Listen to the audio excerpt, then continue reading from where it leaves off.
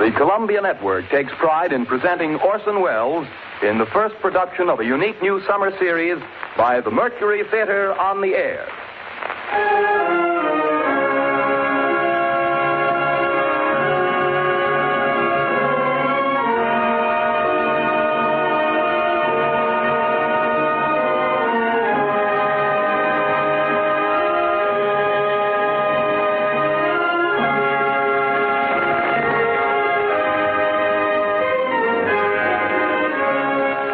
In a single year, the first in the life of the Mercury Theater, Orson Welles has come to be the most famous name of our time in American drama. Says Collier's Magazine, 23-year-old Orson Welles threw a bombshell into Broadway. Robert Benchley writes in the New Yorker, the production of the Mercury is, I should say, just about perfect. Time Magazine declares, the brightest moon that has risen over Broadway in years. Welles should feel at home in the sky, for the sky is the only limit which his ambitions recognize. And finally, the United Press remarked, meteoric rise of Orson Welles' Mercury Theater continues unabated. With 4 hit shows in its first year, the Mercury might well close its door on a season unparalleled in Broadway history. But Mr. Welles has long been working on a project for a greater audience, the Broadways of the entire United States. The Columbia Network is proud to give Orson Welles the opportunity to bring to the air those same qualities of vitality and imagination that have made him the most talked-of theatrical director in America today. And it is this project which Columbia brings you this summer. The first time in its history that radio has ever extended such an invitation to an entire theatrical institution. But here is Orson Welles himself to tell you about it. The director of the Mercury Theater, the star and producer of these programs, Orson Welles. Good evening. We're starting off tonight with the best story of its kind ever written. You will find it in every representative library of classic English narratives. It is Bram Stoker's Dracula. The next time I speak to you, I am Dr. Arthur Seward. George Goulouris plays Jonathan Harker, and Martin Gable plays Dr. Van Helsing.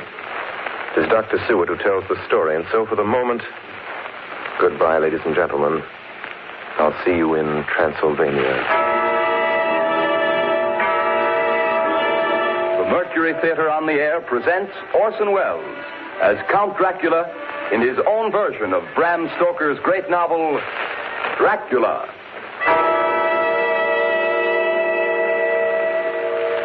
Ladies and gentlemen, my name is Arthur Seward. I'm here tonight to bear witness to the truth of certain events which you may find it hard to believe, but I ask you to believe them. I have here certain documents, telegrams, clippings from the press of the day, memoranda, and letters in various hands. All needless matters have been eliminated, so that a history almost at variance with the possibilities of contemporary belief may stand forth as simple fact.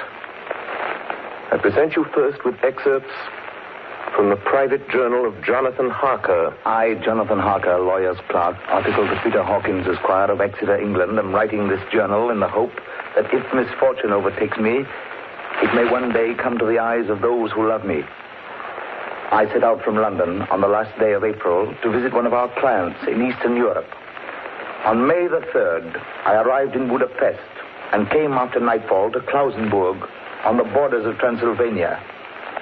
At Bistritz, there was a letter of welcome for me from our client, informing me that his carriage would await me at the Borgo Pass.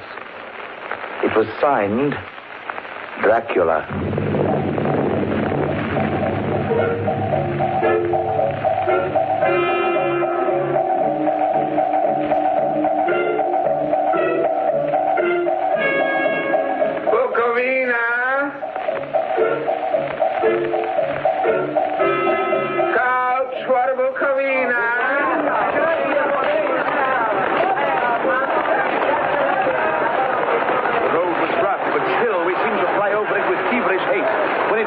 There seemed to be some excitement among the passengers. They kept speaking to the driver and looking at me and urging him on to greater speed.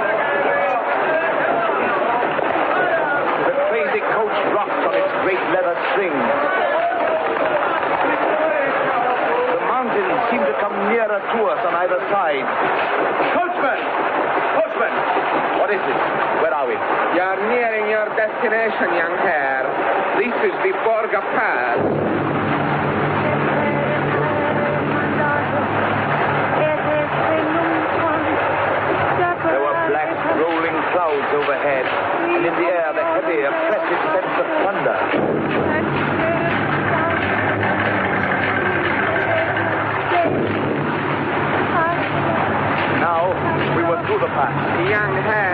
unexpected after all.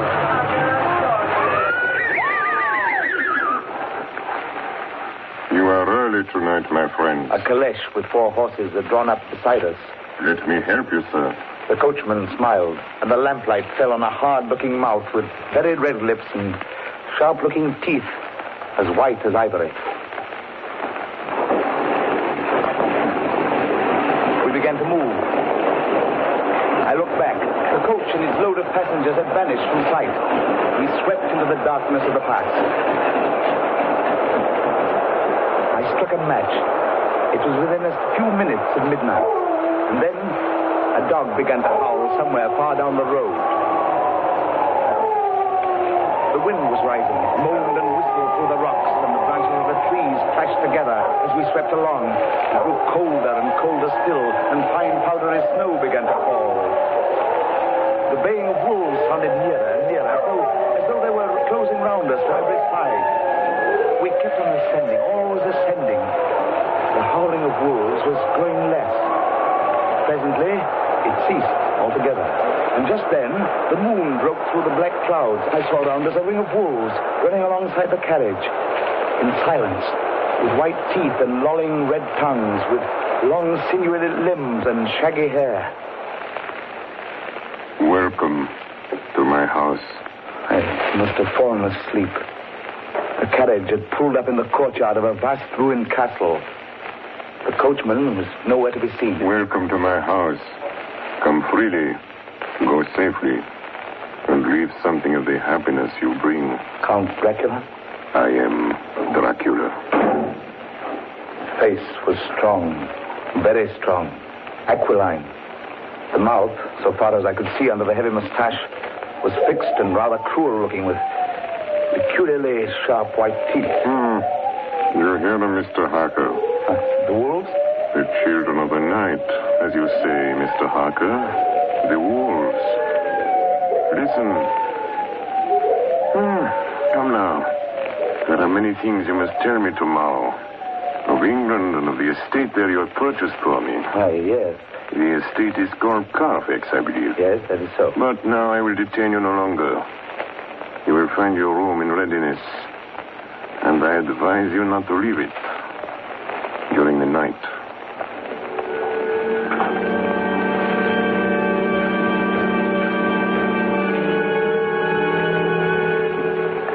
This castle is on the very edge of a terrible precipice. A stone falling from the window would fall 1,000 feet without touching anything. I explored. There are doors everywhere, and all of them locked. The door to the great hall, the door to the courtyard, every door in the castle is closed, bolted against me. The castle of Dracula is a prison, and I am a prisoner.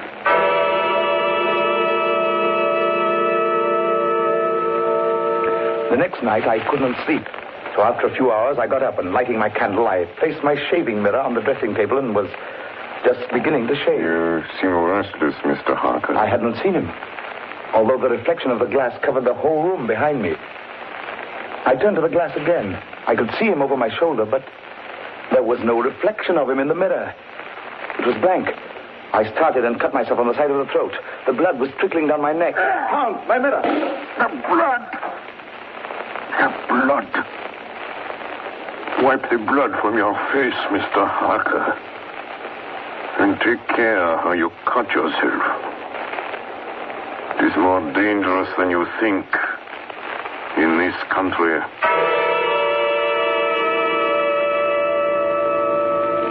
When I woke, I found most of my things were gone. My passport, my notes, my letter of credit. I could find no trace of them anywhere. And my door is locked from the outside. June 20th. There is work of some kind going on in the castle. Now and then I hear the faraway muffled sound of mattock and spade.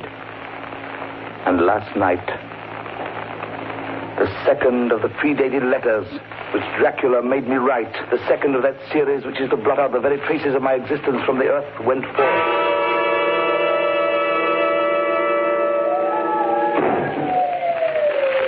Count Dracula. Yes, my young friend. Well, what of me? When am I free? When can I leave this place? Free? Mr. Harker, you're always free. You want to leave? Would you like to leave tonight? Yes, in God's name. My dear young friend, not an hour shall you wait in my house against your will. Come, follow me.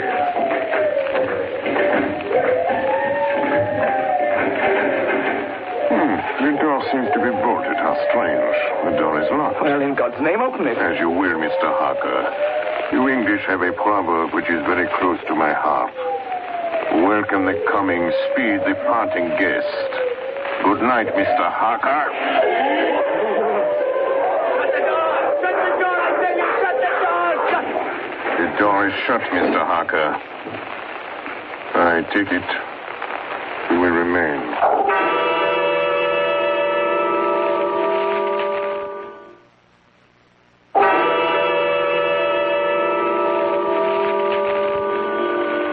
Morning, June the 30th.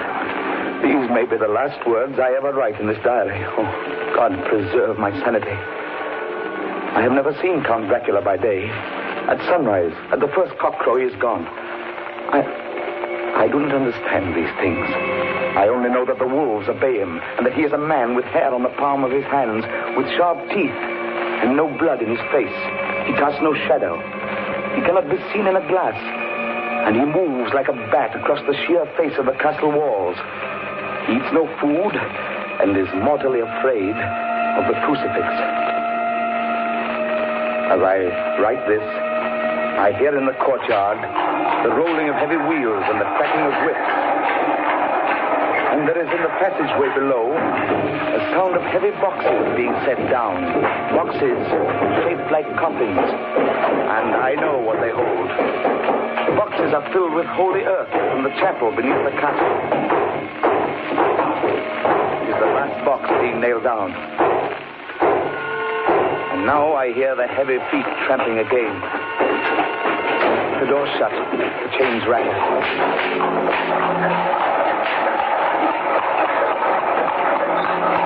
In the courtyard and down the rocky way, the roll of heavy wheels, the crack of whips.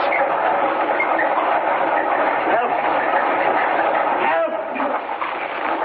Help! The wagons have gone. I'm alone in the castle. I'm alone in the castle. I'm alone in the castle. I'm alone. I'm alone. I'm alone. Ladies and gentlemen, this is Dr. Seward. Mr. Harker's journal terminates at this point. I now present in evidence a clipping dated August 8th of that year from the Yorkshire Telegraph from our correspondent in Whitby. One of the greatest and suddenest storms on record was experienced here today. The weather has been somewhat sultry, but Saturday evening was fine. The band was playing. The piers were crowded with holidaymakers. The wind fell away entirely during the evening, and there was a dead calm. There were but few lights at sea. The only sail noticeable was a foreign schooner under full canvas, which was seemingly going westward. A little after midnight came a strange sound from over the sea, and high overhead the air began to carry a strange, faint, hollow booming. Then, without warning, the tempest broke. And there, with all sails set, was the foreign schooner rushing with terrific speed toward the shore. A searchlight was turned on her. And there, lashed to the helm, was a corpse with drooping head which swayed horribly to and fro at each motion of the ship. A moment later, she crashed. And then a strange thing was seen. At the very instant she touched, a huge dog sprang up on deck from below and, running forward, jumped from the bow onto the sand and, making straight up the east cliff toward the graveyard, vanished into the night. The Coast Guard, going aboard at dawn, found the dead man fastened to a spoke of the wheel. Tightly clutched in one hand was a crucifix. The man must have been dead for quite 2 days. In the pocket of the dead man's coat was found a bottle, carefully corked, containing a roll of paper. This proved to be an addendum to the ship's log. There was found on board only a small amount of cargo, and that of a most unusual nature. Apparently the ship carried nothing but earth. Common earth, packed away in wooden boxes, shaped much like coffins.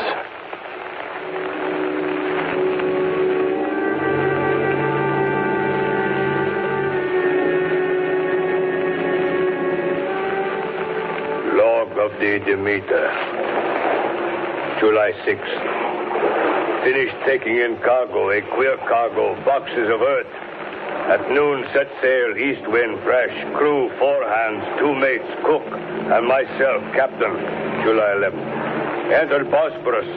At dark, passed through Dardanelles. Mate reported in morning that one of crew, Valjoden, was missing. Took larboard watch 8 bells last night. He was relieved by Chesterton. Came to his bunk. Something aboard the ship. No. Don't laugh, Captain. In the rain last night. Oh? A tall, thin man go up companionway and along the deck forward and disappeared. When I go to the bow, no one. And the hatchways all closed. July 22nd. Rough weather last 3 days. All hands busy with sails. No time be frightened. Past Gibraltar and out through straits. All well. July 24th.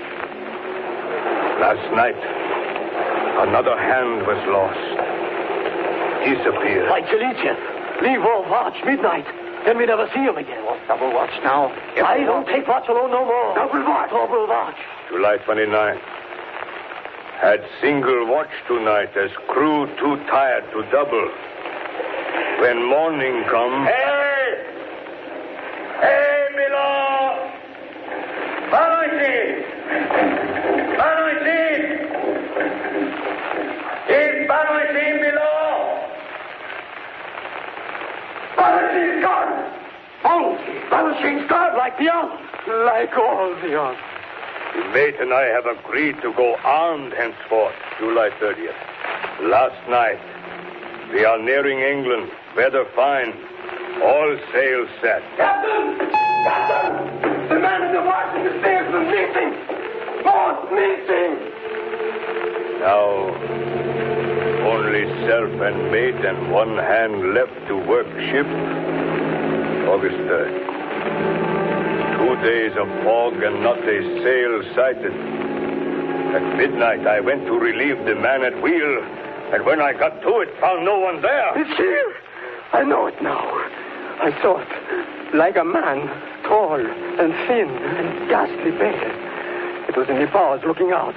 I gave it the knife, and my knife went through it. What? Empty as air. What is it? What are you talking about? It's here, and I'll find it. It's in the hold.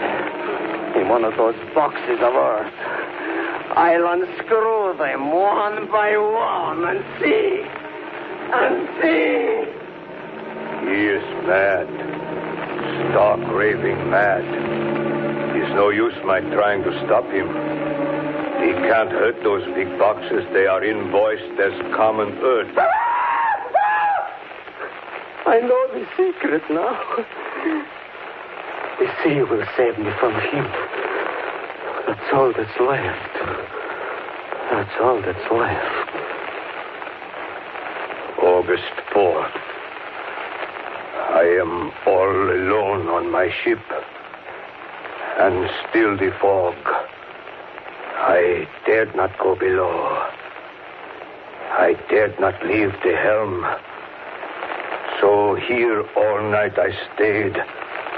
And in the dimness of the night, I saw it.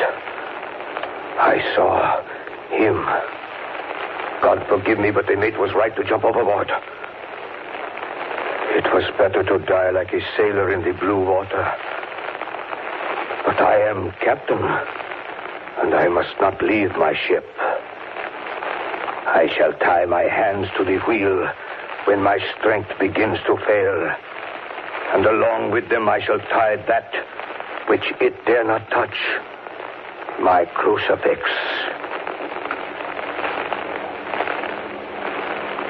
I am growing weaker, and the night is coming on. God and the Blessed Virgin help a poor ignorant soul trying to do his duty.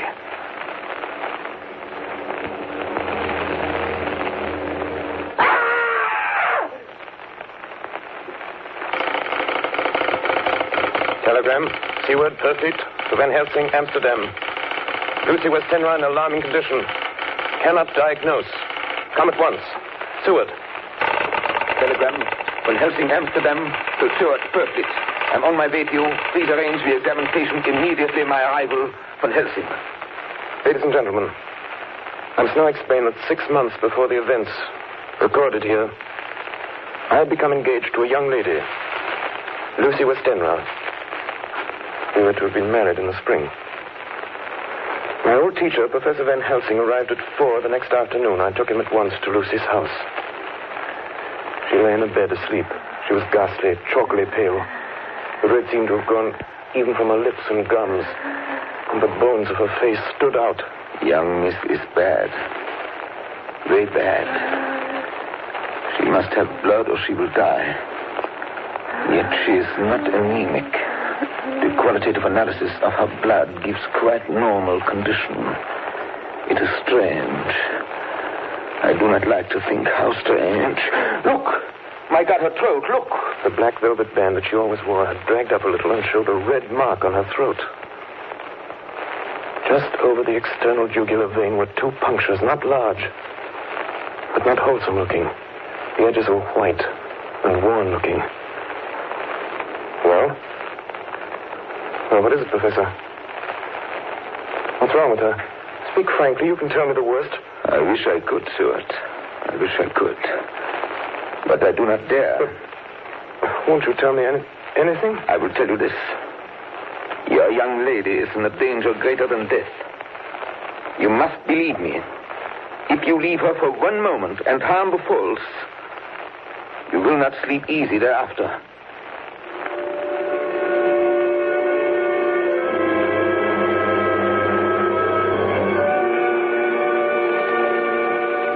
September 8th. I sat up all night with Lucy. Arthur, I'm afraid. Night, dear. You can sleep tonight. I'm here watching you. Nothing can happen.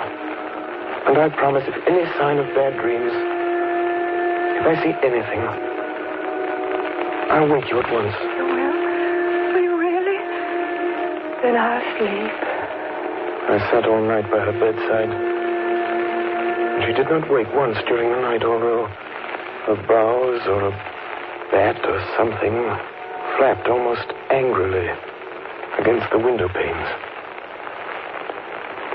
September 11th. Still quoting from my private journals. At this time that I received a message from Purfleet. Read 10:20 p.m. St. John's Hospital, serious complications, case 891, your immediate presence, London, imperative. I had no choice. Sometime later, a paper was found among Lucy Westenra's belongings. I write this and leave it to be seen so that no one may by any chance get into trouble through me. I went to bed as usual, taking care that the window was closed, as Dr. Van Helsing had directed. About 2 in the morning, I awakened. I went to the door, called out, "Arthur! Arthur!" There was no answer. Something's broken the window. I'm in the room, alone. I dare not go out. The house seems empty. The air is full of specks, floating, circling in the draught from the window. The light burns blue, dim. What am I to do? Something very sweet and very bitter all around me. And I seem sinking into deep water. You shall be flesh of my flesh, blood of my blood. September 12th. Late. Only resolution and habit can let me make an entry tonight. We found her sprawled on the floor, and there was a draft in the room from the broken window. Her throat was bare, showing the 2 wounds, looking horribly white and mangled. We are too late, my friend. We have failed. God's will be done. She's dying. Yes. She's dying. Stay beside her. It will make much difference, mark me, whether she dies conscious or or in her sleep.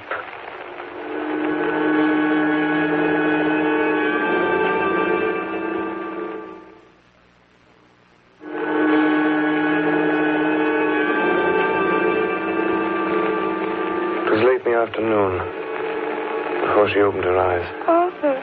Oh, my love, I'm so glad you've come. I took her hand and knelt beside her. Her breath came and went like a tired, peaceful child's. And then the light from the setting sun fell on her face, and then, insensibly, a strange change came over her.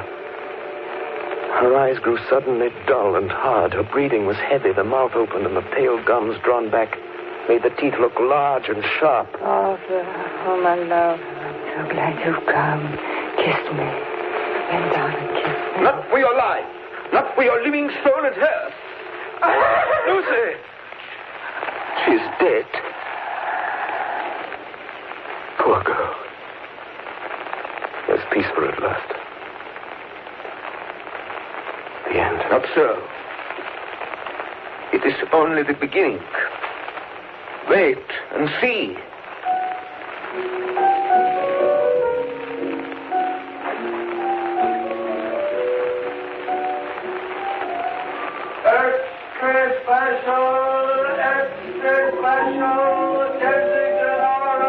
Gazette, September 25th. A Hempstead mystery.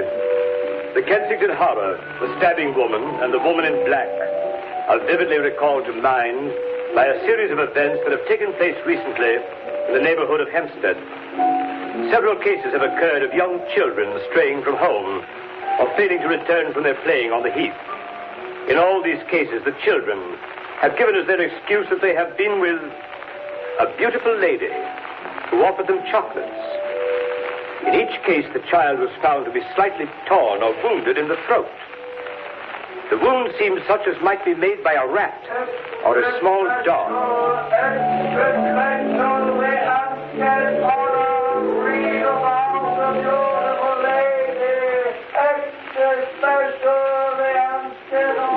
The Hempstead horror. Another child injured by the beautiful lady.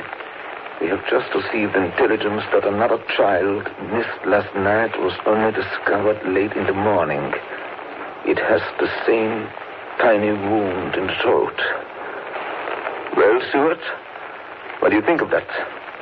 You mean to tell me, my friend, that you still have no suspicion as to what poor Lucy died of? Nervous prostration, following great loss and waste of blood. And how was the blood lost or wasted? You are a clever man, my friend, and a good doctor. But you do not believe that there are things that you cannot understand. You are wrong, Stuart. Are you aware of all the mysteries of life and death?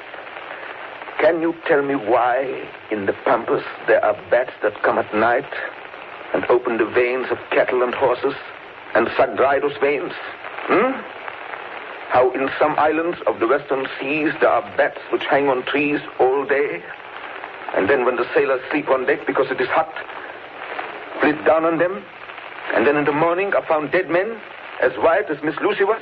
I understand none of these things. After tonight, Stuart, if you dare to come with me, perhaps then you will understand. September 29th. Before dawn. Now it is done. And I would sooner die 1,000 deaths than live again through what I did this night. We will spend the night, you and I, here in this churchyard where Miss Lucy is buried.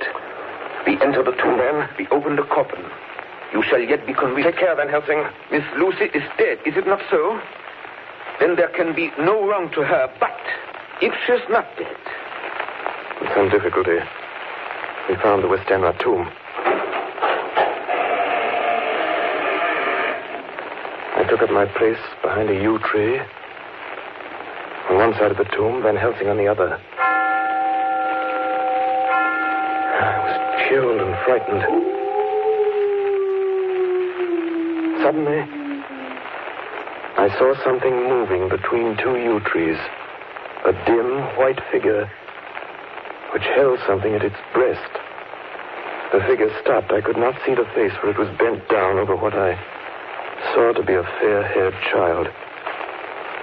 There was a sharp little cry, such as a child gives in sleep, or a dog as it lies before the fire and dreams.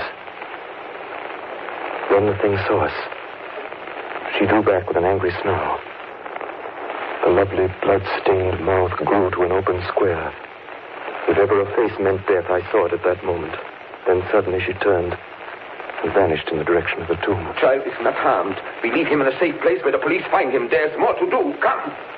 Now we were in the tomb. Then in the coffin, the thing lay. Like a nightmare of Lucy, the pointed teeth, the blood-stained mouth. Then Helsing never looked up. From his bag he took out a book, his operating knives, a heavy hammer, and a round wooden stake, some 2 or 3 inches thick, sharpened to a fine point, and hardened over a fire. Stewart! The life of this unhappy woman is just begun. When she become what you call undead, there comes with the change the curse of immortality. She cannot die, but must go on age after age, adding new victims. Because all that die from the preying of the undead become themselves undead and prey on others. So the circle goes on, ever widening as the ripples from a stone thrown in the water. But if this lady, this undead, be made to rest as true dead, then the soul of the poor lady whom we love shall be again free. Tell me, what am I to do? Take this stake in your left hand, the hammer in your right. Yes. Place the point over the heart. Yes. Then, when I begin the prayer for the dead, in God's name strike. Are you ready? Now, Domine Jesu Christe, Fili de vivi, qui mans tuas ex voluntate Patri.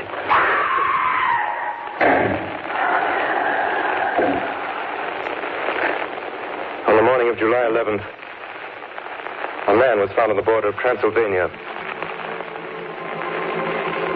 He talked wildly of wolves and boxes of earth and blood, and gave his name as Jonathan Harker. In the hospital at Klausenberg, he improved sufficiently to make possible his removal to England. I'm still quoting from my own personal papers. But there his condition remained so serious that he was committed for observation to a private ward in my hospital at Purfleet. Here he did so well that in 3 weeks he was completely recovered. It was during this time that his wife, Minna Harker, brought to the attention of Dr. Van Helsing and myself the journal that her husband had kept while a prisoner in the castle of a certain Count Dracula in Transylvania. I have before me the record of a meeting that took place in my study in Purfleet, transcribed by Minna Harker. October 1st. Meeting began soon after 8. Jonathan next to me. Dr. Seward opposite to Van Helsing at the head of the table. My friends, there are such things as vampires. Had I known at first what now I know, one so precious life had been spared to many of us who love her. The vampire which is amongst us is of himself so strong that he can direct all the elements. The storm, the fog, the thunder. He can command all the meaner things, the moth and bat, the owl and the fox and the wolf. How, then, are we to begin our strike to destroy him? How shall we find his place? And having found it, how can we destroy? My friends, it is a terrible task that we undertake. To fail here is not mere life or death. If we fail, we become as him. Foul things of the night, as him. What do you say? I answer for myself. Count me in. I'm with you. The professor laid a small golden crucifix on the table.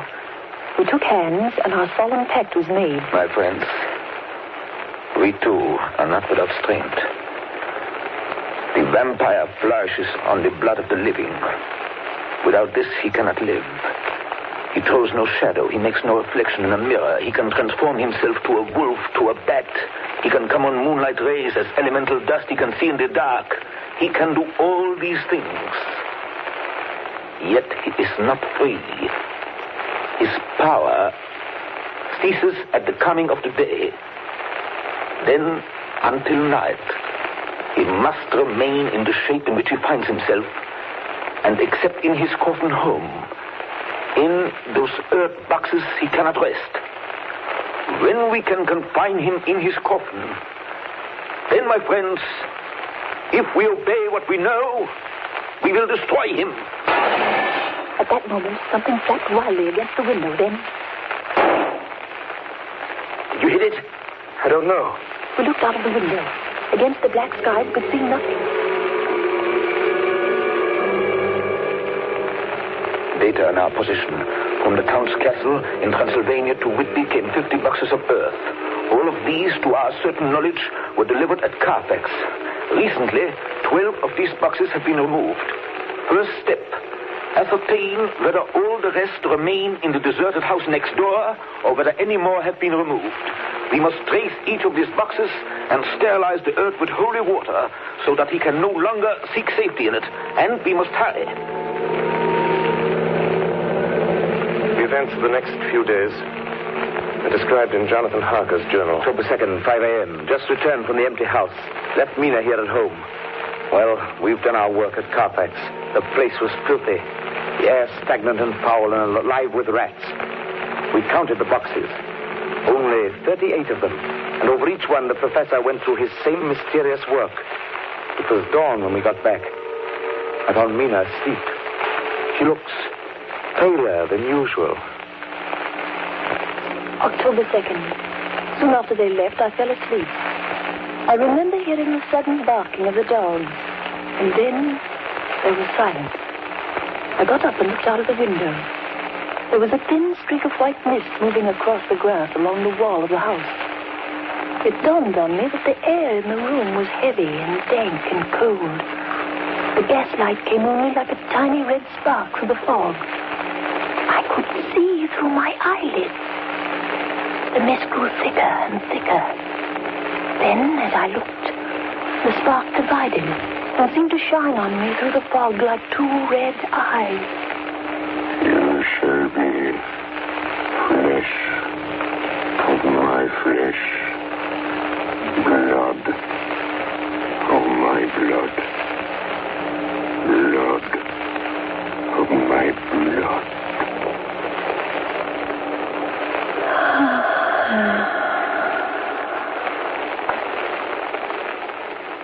October 2nd, 8 p.m. We're on the track. 12 boxes were delivered last week to an empty house at 347 Piccadilly. My dear friends, until the sun sets tonight, Dracula must retain whatever form he now has. We have this day to hunt out all his lairs and sterilize them. Then he will have no place where he can move and hide. But we have only until sunset. The house in Piccadilly was empty. Like the one at Purfleet, the same sickening smell was in the air. On a table we found a clothes brush, a brush, and a comb, and a basin. The latter containing dirty water, which was reddened as if with blood. The boxes are back here. 8, 9, 10, 11. Only 11. There's a 12th box somewhere. Gentlemen, it is after 6. The sun is setting. We've no time to lose. He will return at any moment. Open the boxes. Quiet. Listen. Be ready. It is he! The window! You waste your bullets, gentlemen. You think you baffle me? You with your pale faces all in a row like sheep in a butcher's. You think you've left me without a place to rest. But I have more. And time is on my side. The one you love is mine already. I have known her. Already my mark is on her throat. Flesh of my flesh. Blood of my blood. She is with me always. Over land. Over sea.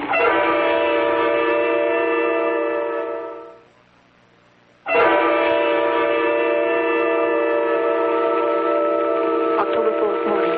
Another meeting in the study find that last remaining box, gentlemen. We must find it.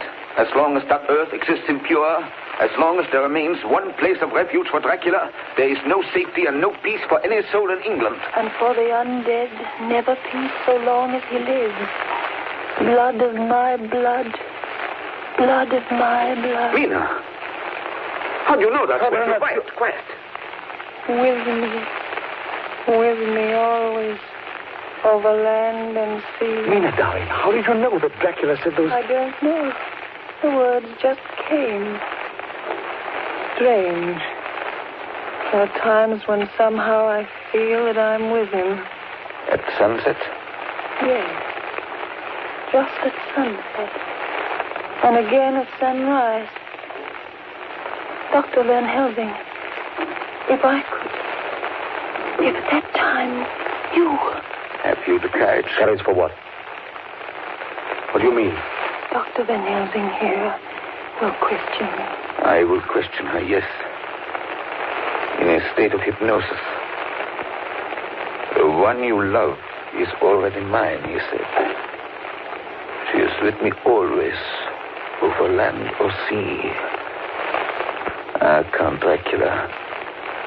Perhaps she will betray you if she is really with you, this one we love. Who knows? If she is really with you over land or sea. Blood of my blood. Mina. Yes. Answer me, Mina. Are you with him? Yes, I am with him. Where are you? I do not know. It is all dark. What do you hear? The lapping of water.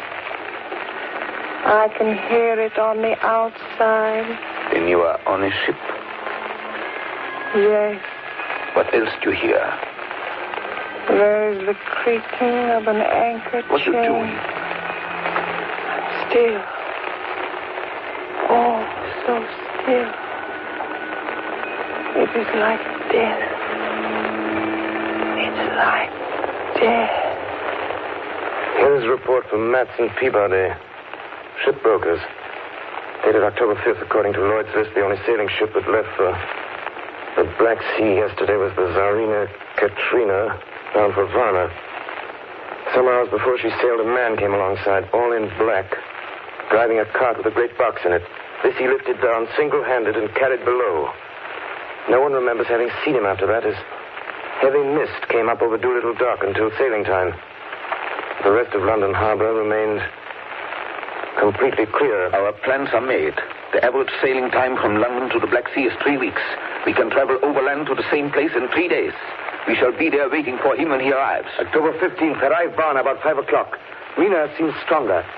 Every morning before sunrise and just before sunset, she speaks to Van Helsing in a trance. Are you with him, Mina? Tell me, are you with him? I am with him. What can you see? Nothing. All is dark. What can you hear? I can hear the waves lapping against the ship and the water rushing by. The wind is high. I can hear it in the shrouds when the bow throws back the foam. So, the Tsarina Katrina is still at sea, hastening on her way to Varna. The Count cannot cross running water, so he cannot leave the ship without being observed. What do you hear, Mina? Lapping waves and rushing water. Darkness. Darkness and wind. A whole week of waiting. Daily telegrams from Lloyd's. Not yet reported. Rushing water and creaking masts. Darkness. Darkness and wind. October 24th. Telegram. Lloyd's, London to Harker. Tsarina Katrina reported this morning. From Dardanelles. Lloyd's, London to Harker, October 28th. Tsarina Katrina in heavy fog reported entering Galatz Harbor at 1 o'clock today. Galatz is 38 hours from here, and the first train for Galatz leaves at 6:30 tomorrow morning. My friends, we have lost.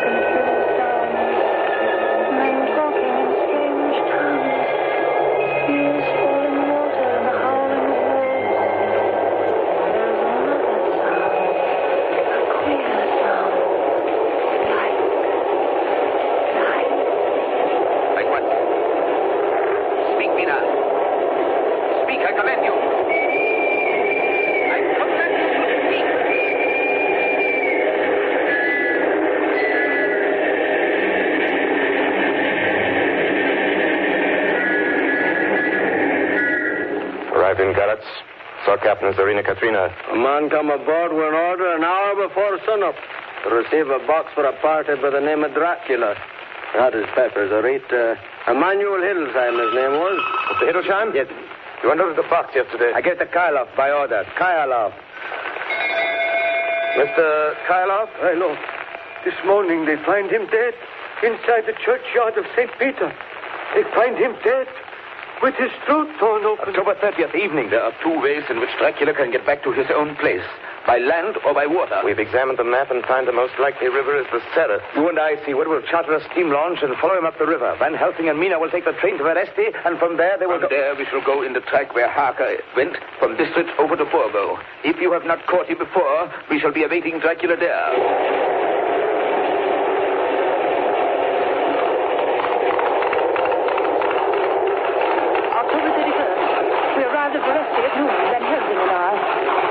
Here, and we start in an hour.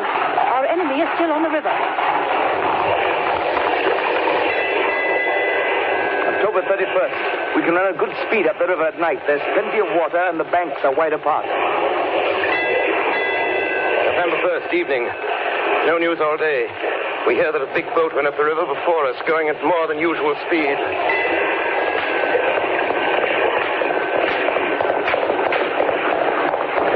November 4th. All day driving. The country gets wilder as we go. By morning we shall reach the Borgo Pass. November the 4th, evening. We've left the launch. We've got horses, and we follow on the track along the river. We are armed. Look! Quick! There they are now! Heading west! With the dawn, we could see the Slovaks some miles before us, dashing along the river with their wagons. On it is the great box.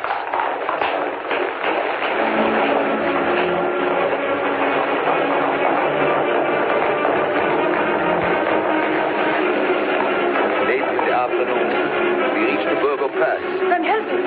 Look! Look! We could see a long way all around us. Far off, beyond the white waste of snow, was the river like a black ribbon curling. Between us and the river, not afar off, came a group of men, mounted Slovaks hurrying along. In the midst of them was a wagon which swept from side to side. On the wagon was a great box. Look! We see two horsemen following fast, coming up from the south. Now the horsemen are not more than a mile behind. Now the wagon is quite close to us. We can see the great box swaying crazily. Now they are almost upon us.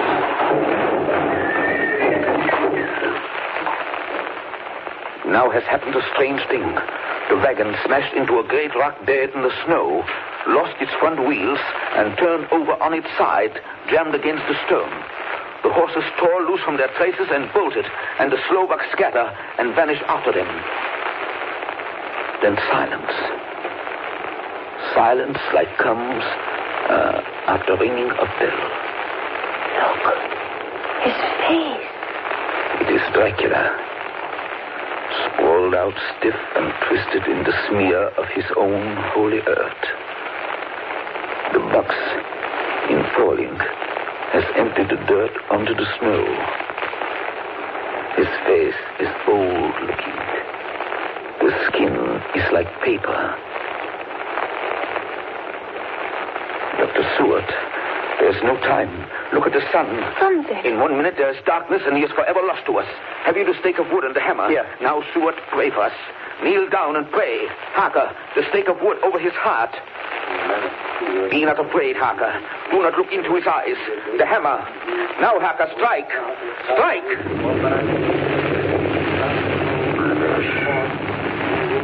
Flesh of my flesh. Guilt of my guilt. Death of my death. Speak and be manifest in the instant of your master's peril. Elements of darkness, rain, evil winds, mist, and mold, and tempest. Fight! The others couldn't. But somehow I can hear him speaking behind his eyes. Claw, wing, tooth, scale, tissue of flesh, death of my death, dead and undead. The hand of the living is over your master. Console him, my children. This instant is no longer than the space between two heartbeats. But the night is not here, and I am lonely.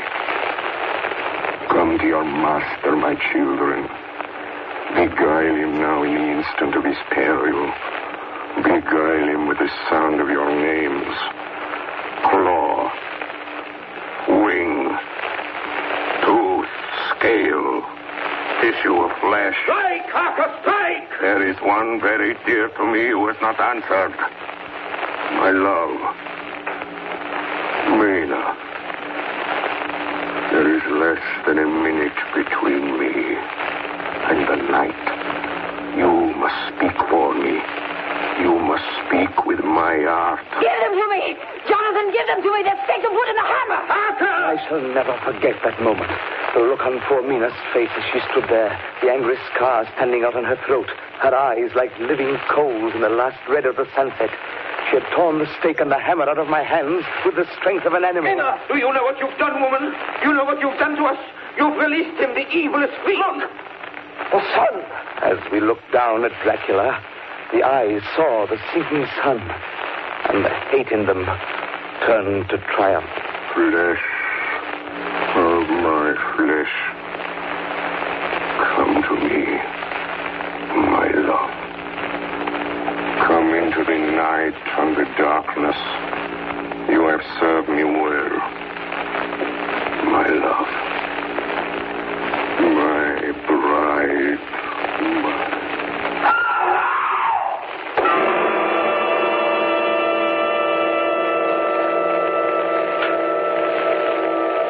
Ladies and gentlemen,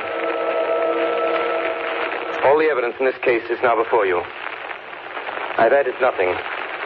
And to the best of my knowledge, I've omitted nothing that might help to throw light on the extraordinary events of the year 1891, which culminated on that terrible evening in the Borgo Pass. There remains only this one last report. When Mina Harker seized the stake and hammer from her husband, I believe she was under some form of hypnosis. She herself remembers nothing. But whatever influence was at work on her, she must, at the last moment, have rejected it. For at the exact instant the sun disappeared, it was Mina Harker who drove the stake through the heart of the thing that called itself Dracula. At that same instant, even as we looked, the wound on the side of her throat was no more. As for Dracula, before the scream of the creature had died from our ears, the whole body crumbled into dust and passed from our sight. In the final moment of dissolution, there was in the face a look of peace, such as I never could have imagined might have rested there.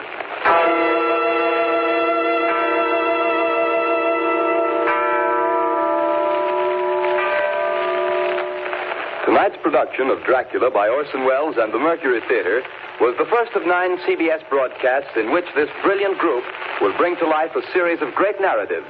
In the cast tonight, Dr. Van Helsing was played by Martin Gable, Jonathan Harker by George Coulouris, Dr. Seward by Orson Welles, the Russian Captain by Ray Collins, the Mate by Carl Swenson, Mina Harker by Agnes Moorehead, Lucy Westenra by Elizabeth Farrer, and Count Dracula by Orson Welles. Bernard Herrmann composed the original music and conducted. Dan Seymour speaking.